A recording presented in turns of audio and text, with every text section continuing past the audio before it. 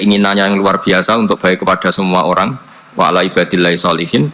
Terus malaikat saat itu rame-rame bersaksi asyhadu alla ilaha illallah wa asyhadu anna muhammadar rasulullah.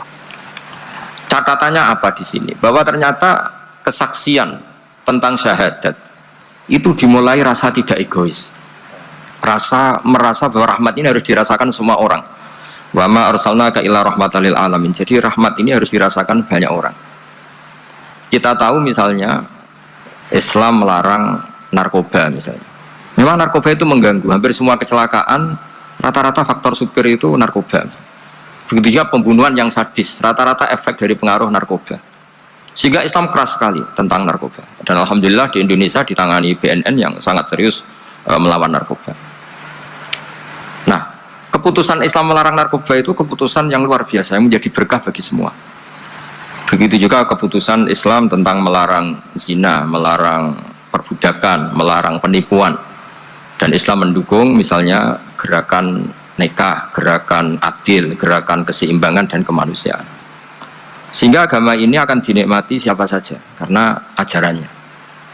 Lalu agama ini bisa nikmat, itu solusinya gampang menurut Rasulullah, yaitu sholat. Nabi itu kalau pusing menghadapi banyak hal, itu mesti keluar masuk, terus tanya sama istrinya, kapan waktunya sholat, kapan Bilal datang. Dulu kalau mau waktu sholat, Bilal datang ngetok pintu Nabi, ya Rasulullah sekarang waktunya sholat. Itu Nabi membahasakan sholat itu unik. Ini tentang Mi'raj ya, karena hasilnya ya sholat tadi. Arikhna ya Bilal. Arikhna itu tolonglah bikin nyaman saya dengan sholat.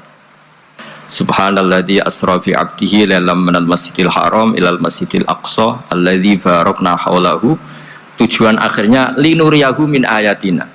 Bahwa Mi'raj itu hanya bagian kecil yang dingertikan kita betapa dahsyatnya kekuasaan Allah Subhanahu wa taala.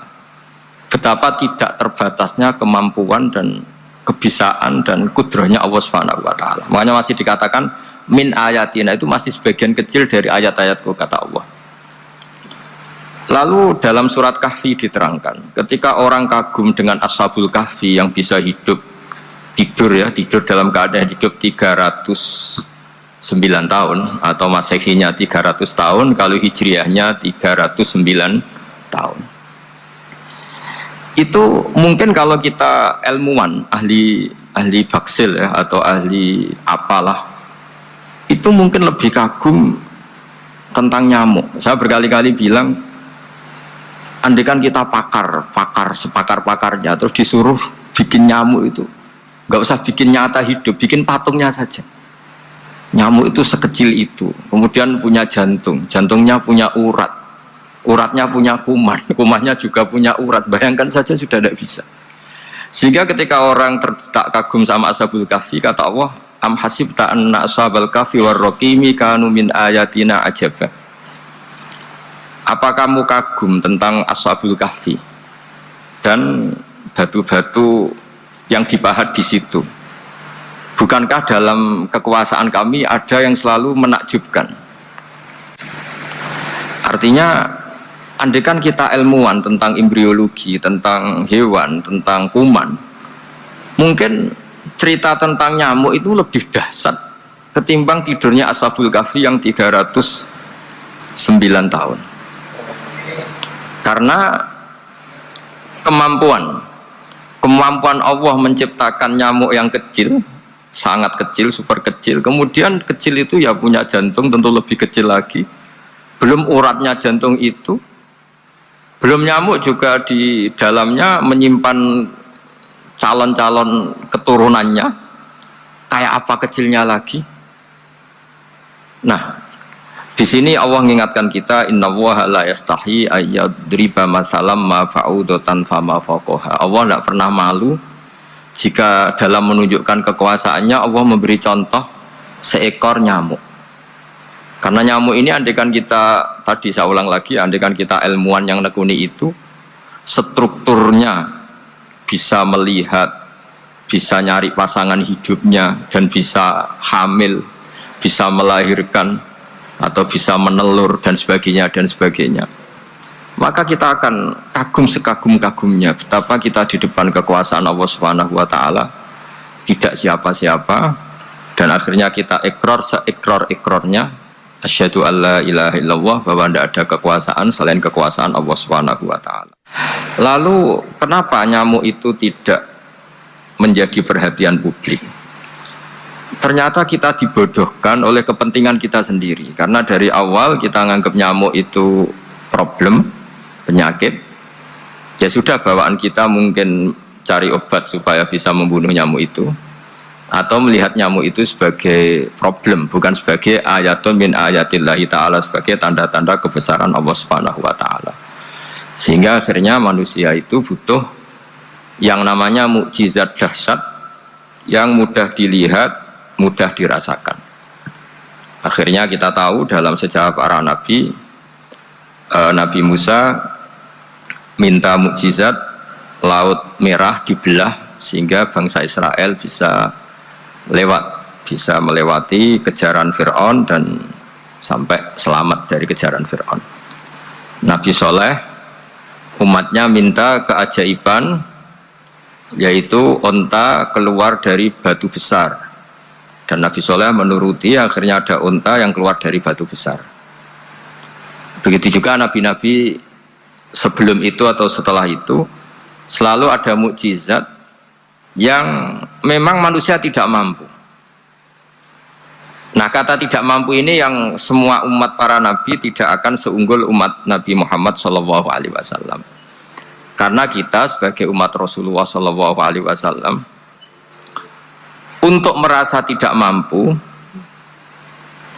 itu tidak harus hal-hal seperti membelah laut, tidak harus hal-hal seperti onta keluar dari batu, tidak harus hal-hal yang dahsyat kayak tongkat Nabi Musa menjadi ular besar yang menelan semua sihir-sihirnya Fir'aun.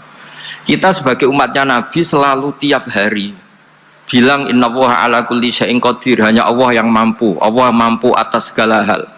Melihat nyamuk kita iman, melihat hal-hal kecil, karena kita ketika melihat nyamuk itu mesti kita itu kok hebat nyamuk, tanpa rapat, tanpa ada gaji dari Kemenku bisa populasinya dijaga, padahal musuhnya banyak.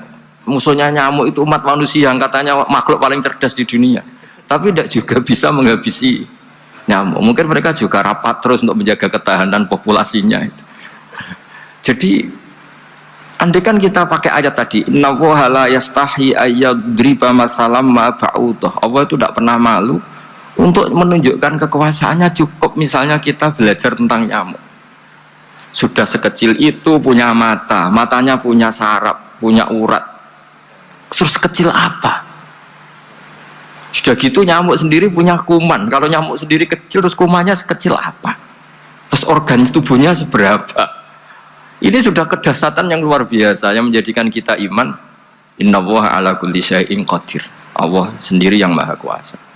Sehingga kembali ke tadi cerita Isra Mi'raj dan inspirasi dari Isra Mi'raj, saya akan memberi analogi ya. Analogi ini akan menolong secara ilmu tauhid, ilmu mengesahkan Allah Subhanahu wa taala, dan ini menjadi pokok ya dalam pengajaran tauhid.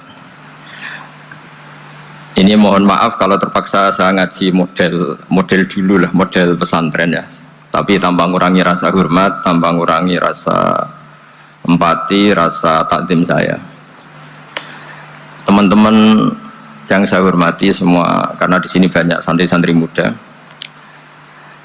hubungan kita dengan Allah Subhanahu wa taala yang serba kuasa, yang maha kuasa, yang serba bisa. Tadi dikatakan Bu Menteri bisa apa saja kun fayakun, kalau Allah sudah mentitahkan pasti terjadi.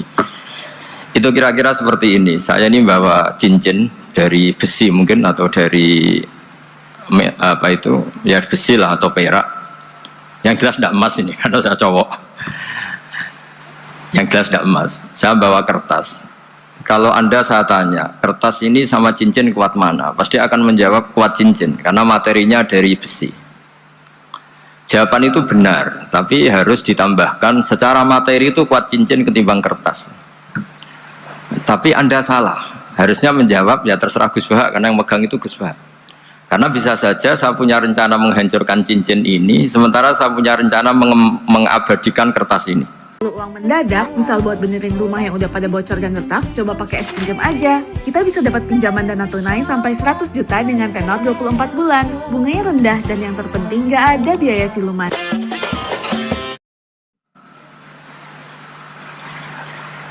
Kira-kira gitu hubungan manusia dengan Allah Subhanahu wa taala. Jadi hal yang kita kira abadi karena materinya kuat, ternyata Allah punya rencana menghancurkan.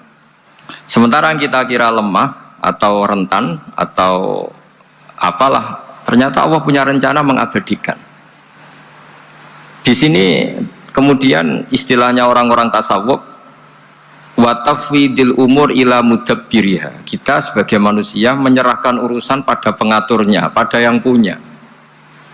Bukan wilayah kita mengatakan cincin ini lebih kuat ketimbang atau lebih abadi ketimbang kertas, karena saya punya rencana menghancurkan cincin tapi ingin mengabadikan apa? Kertas.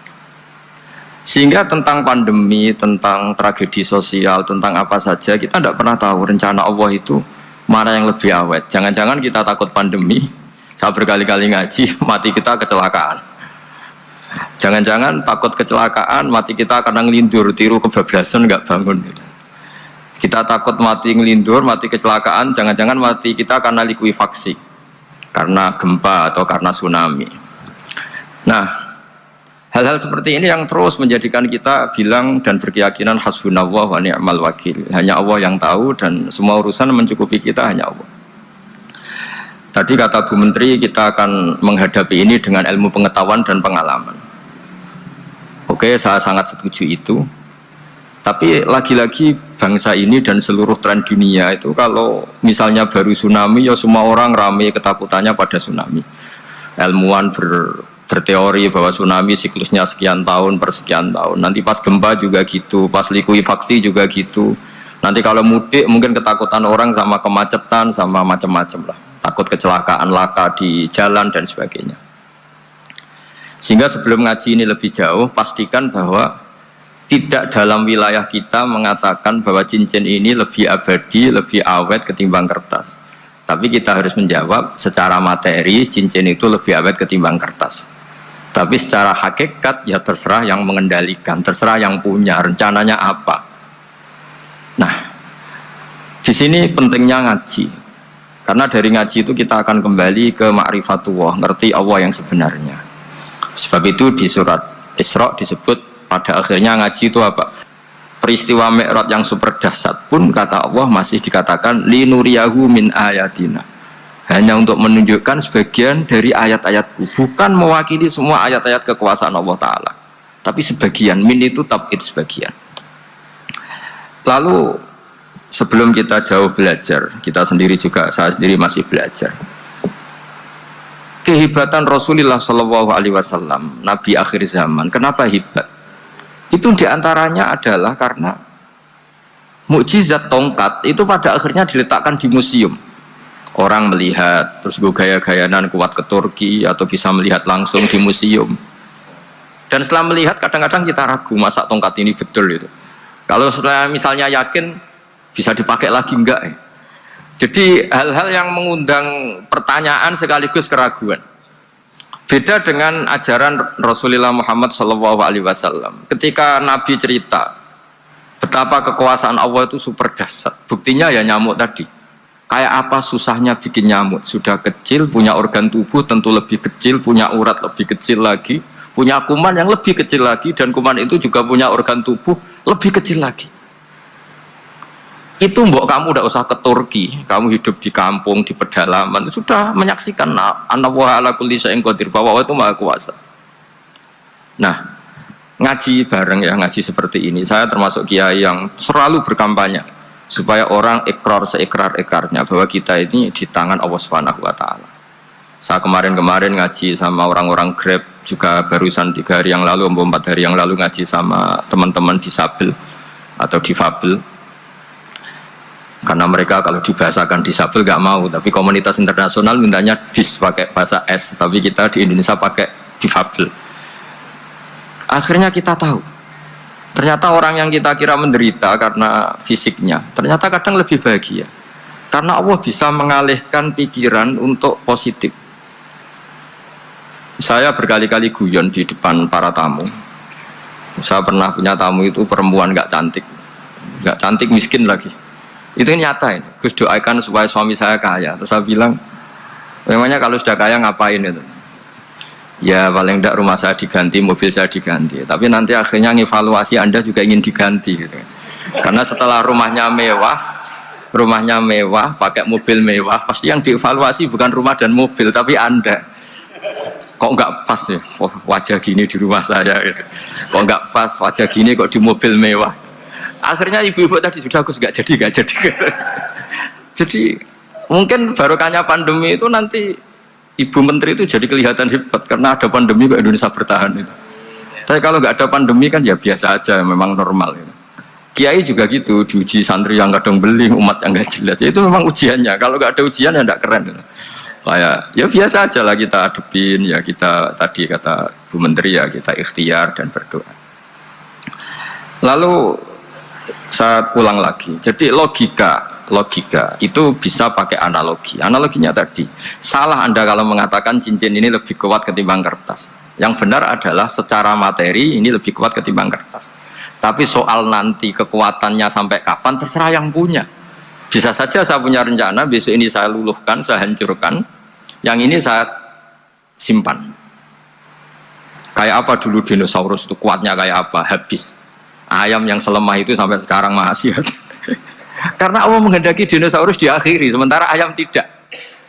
Kayak apa nyamuk itu yang musuhnya orang seluruh dunia, ditemukan apa, mulai begon apa, tapi sampai sekarang bertahan. Apa kita perlu konsultasi sama nyamuk gimana ini kok bisa bertahan, resepnya apa gitu. Karena Allah menghendaki itu disisakan masih. Nah, kemudian kenapa ada peristiwa Isra Mi'raj? Saya termasuk orang yang sering menulis tentang fikih sholat, tapi nulis saya untuk diri saya sendiri, tak pakai ngaji. Tidak saya bukukan, memang saya sengaja karena ribet biasanya penerbit itu, terus bicara royalti apa, kita kan mulai kecil dilatih ikhlas, jadi kalau komersial itu jadi bingung karena tidak biasa komersial, jadi kalau diajak komersial itu malah jadi bingung. Nabi ketika Mi'raj ini yang jarang dikaji, sebetulnya kalimat-kalimat dalam sholat pertama Rasulullah Muhammad SAW ketemu Allah itu Nabi maju ini Jibril sebenarnya mau ikut karena Nabi bilang, ya Jibril jangan tinggalkan saya sendiri. Terus kata malaikat Jibril, sudah makam saya sampai sini, kelas saya sampai sini aja. Enggak, kamu harus nemani saya. Ketika memaksa nemanin, beliau tidak kuat. Di beberapa riwayat dijelaskan sampai beliau pingsan, sampai beliau tidak sadar. Akhirnya terus ada ayat, wa ma minna illa lahu maqamun ma'lum. Kita punya kelas tertentu yang enggak levelnya sampai sana. Akhirnya Nabi masuk wilayah itu, area itu, dan Nabi ngendikan at-tahiyatul mubarakatus sholawatut thayyibatulillah. Kira-kira maknanya semua kehormatan, semua kebaikan, semua yang bersembah suci itu milik Allah Ta'ala. Lalu Allah menjawab, assalamu alayka ayyuhan nabiyyu wa rahmatullahi wa barakatuh, bahwa kamu Muhammad mendapat salam dari saya, mendapat semua kehormatan, semua keselamatan. Kemudian Nabi itu karena sebagai hamba yang tidak egois, tidak ingin kalau nikmat dirasakan sendiri, tidak ingin kalau sedang senang beliau sendiri yang merasakan, beliau ngendikan assalamu alayna wa ala ibadillahi sholihin. Ya Allah, tolong bahwa status selamat itu tidak hanya milik saya, tapi milik siapa saja yang soleh. Soleh itu ya sesuai kelas masing-masing. Setelah itu para malaikat melihat kebaikan Nabi yang seperti ini, melihat mentalnya atau keinginannya yang luar biasa untuk baik kepada semua orang, wa ala ibadillahi sholihin. Terus malaikat saat itu rame-rame bersaksi asyhadu alla ilaha illallah wa asyhadu anna muhammadar rasulullah. Catatannya apa di sini? Bahwa ternyata kesaksian tentang syahadat itu dimulai rasa tidak egois, merasa bahwa rahmat ini harus dirasakan semua orang. Wa ma arsalnaka illa rahmatan lil alamin. Jadi rahmat ini harus dirasakan banyak orang. Kita tahu misalnya Islam melarang narkoba misalnya. Memang narkoba itu mengganggu, hampir semua kecelakaan rata-rata faktor supir itu narkoba. Begitu juga pembunuhan yang sadis, rata-rata efek dari pengaruh narkoba. Sehingga Islam keras sekali tentang narkoba. Dan alhamdulillah di Indonesia ditangani BNN yang sangat serius melawan narkoba. Nah, keputusan Islam melarang narkoba itu keputusan yang luar biasa yang menjadi berkah bagi semua. Begitu juga keputusan Islam tentang melarang zina, melarang perbudakan, melarang penipuan. Dan Islam mendukung misalnya gerakan nikah, gerakan adil, gerakan keseimbangan dan kemanusiaan. Sehingga agama ini akan dinikmati siapa saja karena ajarannya. Lalu agama ini bisa nikmat, itu solusinya gampang menurut Rasulullah, yaitu sholat. Nabi itu kalau pusing menghadapi banyak hal, yaitu mesti keluar masuk, terus tanya sama istrinya, kapan waktunya sholat? Kapan Bilal datang? Dulu kalau mau waktu sholat, Bilal datang ngetok pintu Nabi, ya Rasulullah sekarang waktunya sholat. Itu Nabi membahasakan sholat itu unik. Ini tentang Mi'raj ya, karena hasilnya ya sholat tadi. Arihna ya Bilal. Arihna itu tolonglah bikin nyaman saya dengan sholat. Sebelum kita belajar sholat secara serius, gampang. Kalau kita misalnya menteri atau kita ajudan atau kita apa, kayak apa asiknya kita kalau ngomong-ngomong sama presiden, bercengkrama dengan presiden atau dengan menteri atau dengan kiai, dengan atasan. Sholat itu media di mana kita asik dengan Allah Ta'ala. Kalau kita bisa asik dengan atasan yang manusia, apalagi ini asik dengan Allah Subhanahu wa Ta'ala. Sehingga kita harus malu kalau sholat tidak asik. Kita ketemu orang yang kita hormati saja asik, masa ini ketemu Allah Ta'ala tidak asik. Sehingga dulu, bawaannya orang dulu itu kalau sholat, untuk tidak cepat itu harus diperintah. Dulu para nabi, para sahabat kalau sholat itu lama-lama. Sehingga sampai nabi yang turun tangan, wahai para sahabatku, kalau kamu jadi imam jangan lama-lama. Karena dulu semua orang itu penikmat sholat. Sehingga untuk tidak lama itu nunggu diperintah. Kalau kamu jadi imam jangan lama-lama, kasihan makmumnya itu. Nah sekarang alhamdulillah tanpa dilarang sudah cepat semua. Ini sudah ada kemajuan, ini sudah maju sekali ini. Gak usah dilarang sudah cepat. Dulu itu saking asiknya orang sholat, untuk supaya agak cepat itu harus ada perintah dari Nabi. Kalau kamu jadi imam jangan lama-lama. Nah kita kalau sedang pas baiklah, pas waras lah kira-kira gitu. Kalau bahasa orang Pantura, saya ini orang Pantura, jadi kalau ngomong lebih keras, lebih vulgar. Normalnya orang sholat itu tidak bisa ngakhiri. Normalnya, saya ulang lagi, normalnya orang sholat itu tidak bisa ngakhiri karena ketemu zat yang kita cintai. Kita kalau ketemu orang yang kita hormati, yang kita cintai itu nggak bisa ngakhiri. Misalnya mungkin anak muda, contohnya ketemu pacar nggak bisa ngakhiri. Kita kangen sama temen, jagung nggak bisa ngakhiri karena asik. Nah ini ketemu Allah yang dipuja-puja, dipuji-puji, kemudian cepat ingin ngakhiri. Jadi ini kita agak aneh. Makanya normalnya orang sholat itu tidak bisa ngakhiri, dan itu normal. Sehingga dulu ketika Sayyidina Umar itu ditikam sama satu benda yang kayak pancing itu. Panah itu kan kayak pancing ya, jadi kalau masuk cepat tapi nariknya susah karena ada grendelnya. Itu tiap ditarik sakit, Dan beliau bilang, nanti setelah saya sholat tarik. Beliau sholat nyaman, ditarik itu nggak gerak sama sekali karena dia sudah istighraq billah, sudah nyaman dengan Allah, sehingga ditarik itu nggak kerasa. Dulu di daerah sini masih keluarga kita lah, masih keluarga kita semua, ada seorang wali jadi imam masjid itu di PHK sama takmirnya karena ketika sujud dia asik terus lama sekali sampai 30 menit, sampai santrinya bilang mbah sampun. Setelah itu rapat dihentikan. Ditanya, kenapa mbah sujud begitu? Saya tidak bisa mengakhiri orang nikmati sujud kemudian ingin berhenti. Nah, Sayyid Ali Zainal Abidin yang populer, cucunya Rasulullah SAW, anaknya Sayyid Husain, putranya Sayyid Husain. Itu bapak saya kalau cerita, beliau itu sebetulnya sholat itu hanya ingin 2 rakaat. Setelah sholat 2 rakaat, ya Allah sebagai hadiah nikmat saya sholat 2 rakaat karena asik dengan engkau, saya akan syukur lagi sholat 2 rakaat. Akhirnya ketika nikmati sholat, dia sholat lagi 2 rakaat sampai akhirnya 1000 rakaat. Itu tanpa rasa capek, karena merasa keasikan. Masa momen seasik ini kemudian saya tinggalkan, ya Allah. Akhirnya sholat lagi. Sehingga ada seorang wali ditanya, kamu ingin masuk surga? Tanya, di surga ada sholat enggak? Enggak ada katanya. Wah kalau enggak ada sholat saya enggak masuk surga. Terus dibilang, ya sholat aja. Terus dia mau masuk surga. Kalau kita akan kebalikan, kita ini masuk surga itu sebetulnya kita ngawur sekali. Ngawurnya adalah, masuk surga, tidak ada sholat lagi, tidak ada puasa lagi. Jadi ini kan Kita ini jadi makhluk yang aneh. Jadi kita ini masuk surga senang karena sudah ada kewajiban apa? Sholat. Jadi ini agak aneh. Sesuatu yang menjadikan kita masuk surga, tapi sesuatu yang kita benci setelah masuk surga. Asiklah di surga karena ada sholat. Nah, apapun kondisi kita harus latihan. Harus latihan. Kita entah seberapa kadarnya ingin niru Rasulullah SAW ketika ngendikan wa qurratu aini fi sholat. Nyamanku, hatiku tentram kalau saya pas sholat.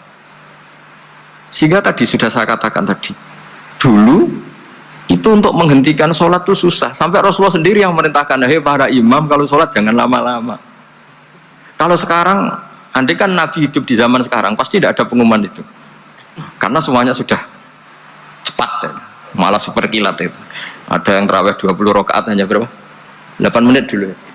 Itu kan 7 menit itu.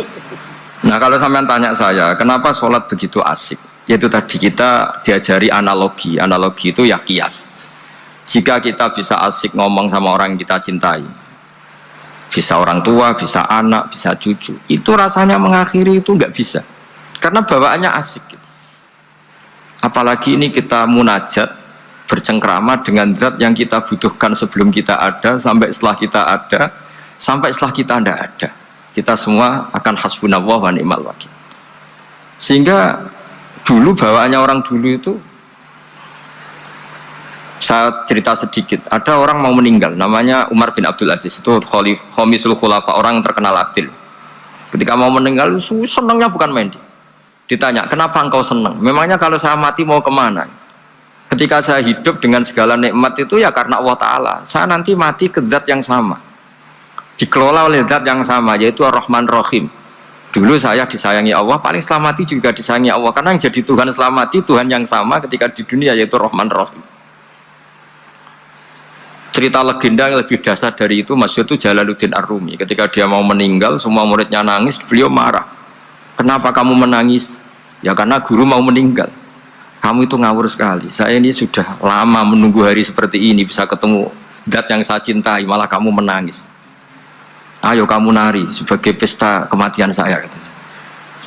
Tapi ini nggak bisa ditiru ya, karena kalau kita niru, nggak usah dilarang juga nggak bisa niru kayak gitu. Cuma saya maklumatkan jangan ditiru. Meskipun nggak usah dilarang juga nggak akan bisa niru. Sehingga orang-orang dulu itu bawaan kalau mau kabundut itu ya asik. Rasulullah SAW ketika mau wafat, intaqala ila rafiqil a'la, itu ditanya sama istri-istrinya, lalu engkau mau kemana?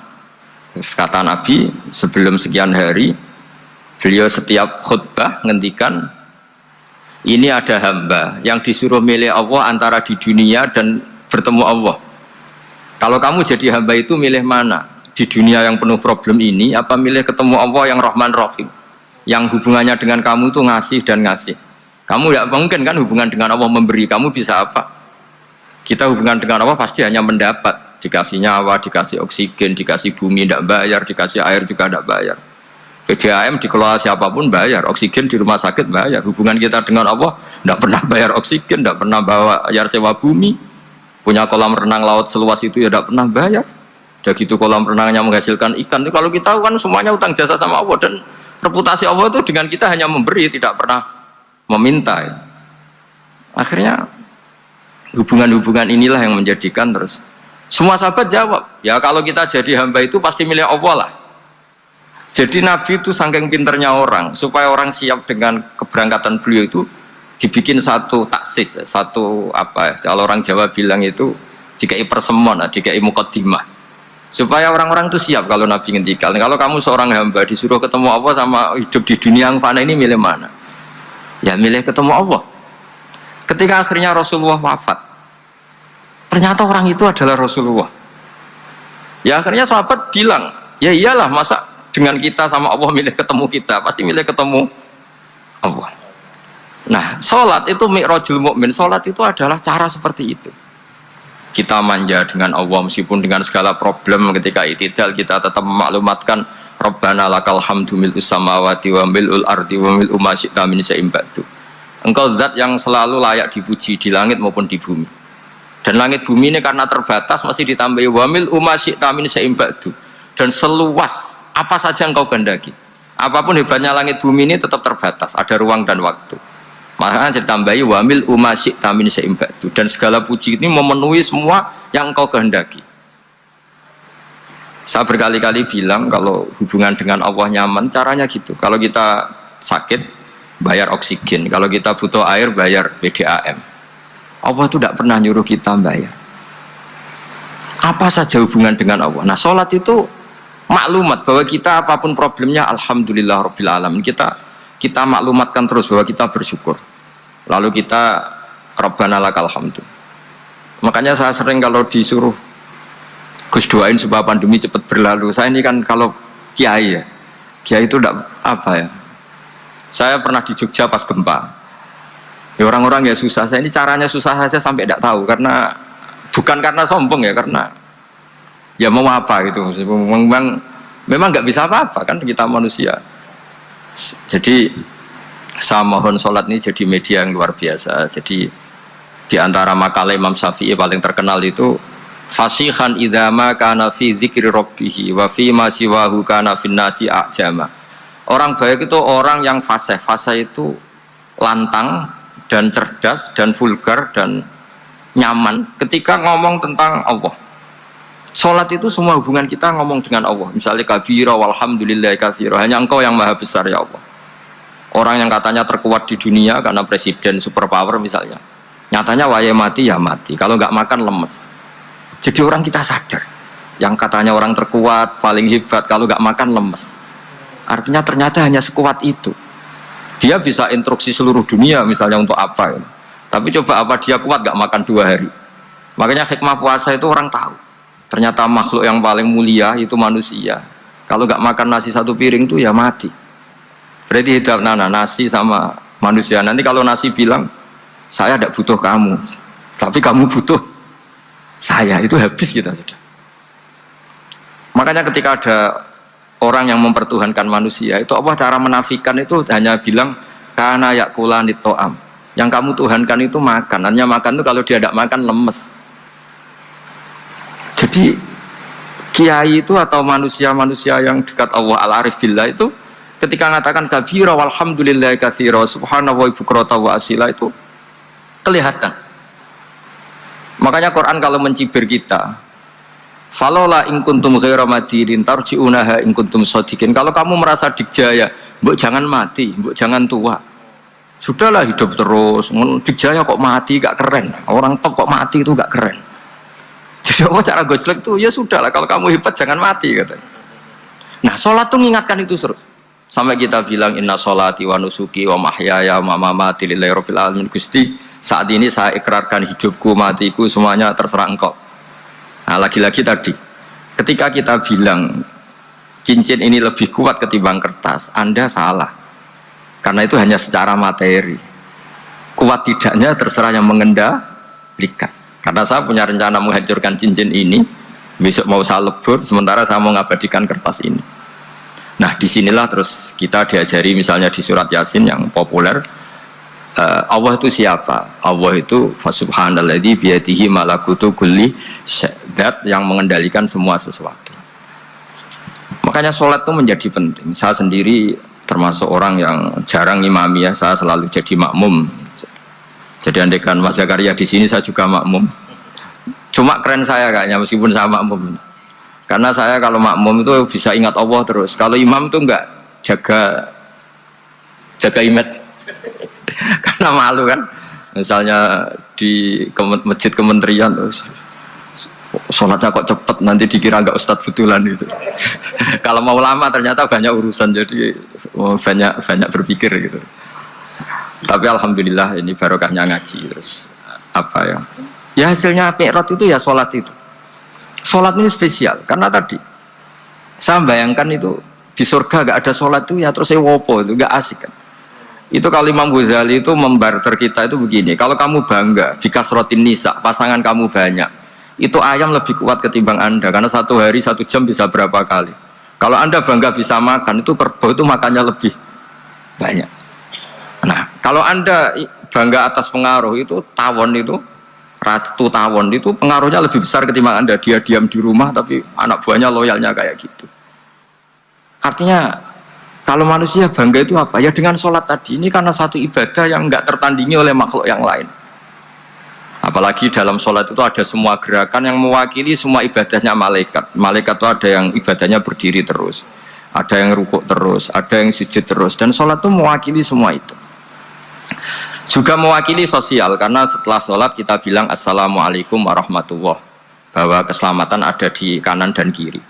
Nah, oke ya, itu sakralnya Mi'raj. Tapi di balik Mi'raj itu ada hal-hal yang manusiawi. Dan ini yang terjadi di dunia. Ketika Rasulullah melangkahi makamnya Nabi Musa, makam itu status, ranking lah kalau dalam bahasa Indonesia itu. Kalau bahasa Indonesia itu ribet, makam itu kuburan. Makanya orang Indonesia sering tanya saya, Gus, makamnya Nabi Ibrahim kok batu? Makam yang dekat Ka'bah itu bukan makam dengan makna kuburan, itu tempat yang dipakai Nabi Ibrahim membangun apa? Ka'bah. Cara Jawa pancatan itu. Nabi Musa itu gak terima, komplain sama Allah. Ya Allah, ini lebih junior ketimbang saya. Kenapa makamnya melangkahi saya? Ini tidak fair. Jadi di mana-mana manusia itu kalau disalib junior itu ya tidak terima. Ya ada manusianya. Terus ditanya sama malaikat Jibril, kenapa kamu gak terima? Ini orang Israel, kadung ngira saya ini nabi paling top. Ini kalau sampai konangan saya kalah sama Muhammad tuh malu saya kata. Jadi artinya ya ada sisi manusia. Itu ada kitabnya. Terus, ya tapi memang Nabi Muhammad lebih top ketimbang kamu. Memang dia nabi pilihan, Sayyidul Awalin wal Akhirin. Oke, kalau saya kalah dengan dia gak apa-apa, tapi umatnya jangan ya. Maksudnya umatnya bangsa Israel harus lebih top ketimbang kita.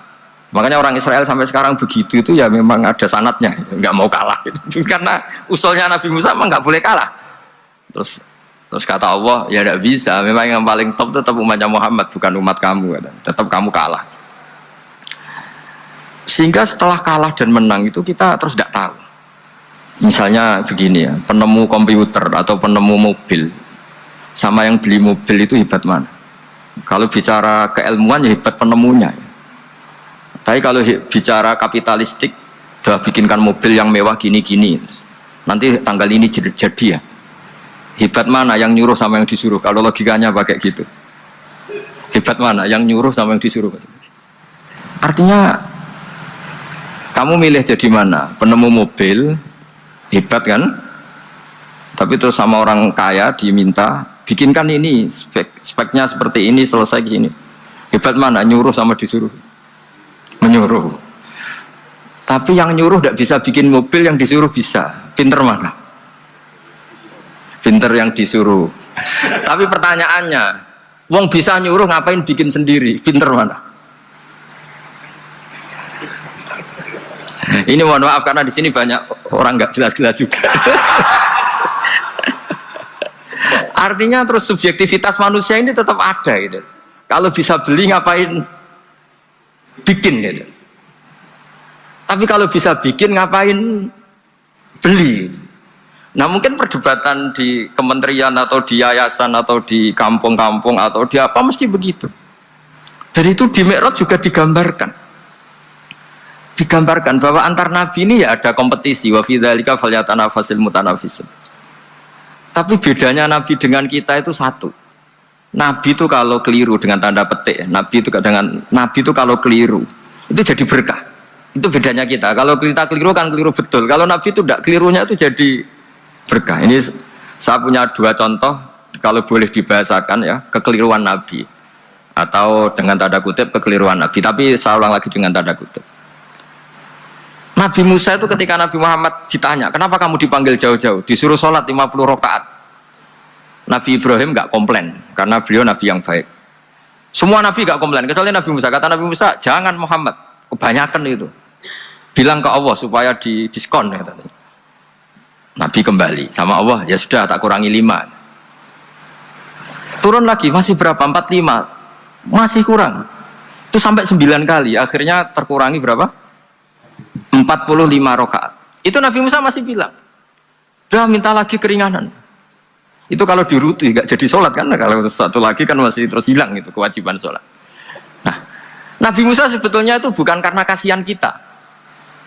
Bukan. Dia nggak empati dengan kita. Beliau nggak empati sama kita. Tapi gara-gara Muhammad, umatku yang lebih kuat, lebih ganteng aja nggak mampu melakukan sholat 5 rakaat. Apalagi umatmu. Dia memang orang Israel kan ganteng-ganteng, kuat-kuat. Jadi dia pede. Umatku yang lebih keren, lebih ganteng saja nggak kuat. Apalagi umatmu. Jadi sebetulnya dia minta keringanan itu karena corong Jawa ngeprekno kita, menyepelekan kita bahwa.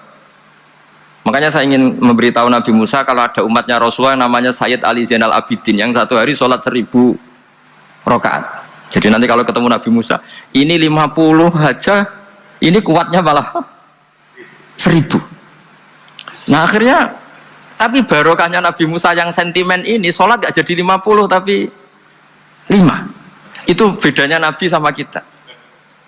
Ada contoh yang lebih ekstrim, kelirunya Nabi itu Nabi Yunus. Nabi Yunus, tapi keliru yang barokah, saya ulang lagi. Nabi Yunus itu memaklumatkan ke masyarakatnya, nanti itu kalau kamu tidak nurut sama saya ada azab. Anggap saja azab itu hari Kamis lah. Besok hari apa ini? Besok hari Kamis ya? Besok hari apa? Tak lupa hari itu. Rebu apa Kamis? Besok. Besok? Besok. Lupa hari ya.